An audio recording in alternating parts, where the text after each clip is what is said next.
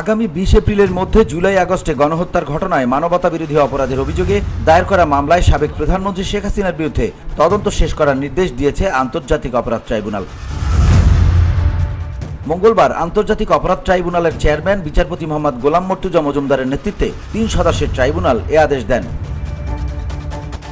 প্রসিকিউশনের সময় আবেদনের প্রেক্ষিতে ট্রাইব্যুনাল এ আদেশ দেয়। ট্রাইব্যুনালে প্রসিকিউশনের পক্ষে শুনানি করেন অতিরিক্ত চিফ প্রসিকিউটর মিজানুল ইসলাম।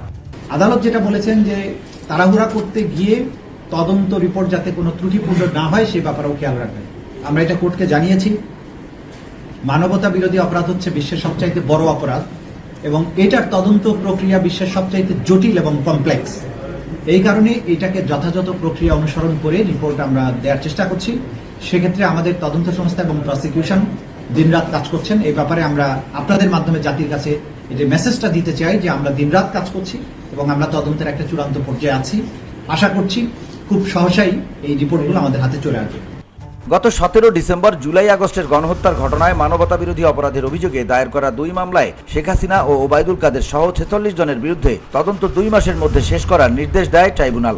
ধুলো, ময়লা ও ক্ষতিকর ধূলিকণা থেকে নিমিষেই মুক্তি দেয় Chowdhury air purifier.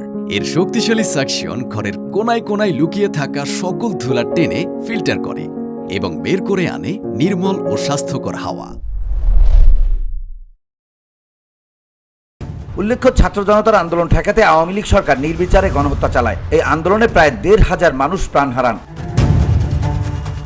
VOD Bangla news desk.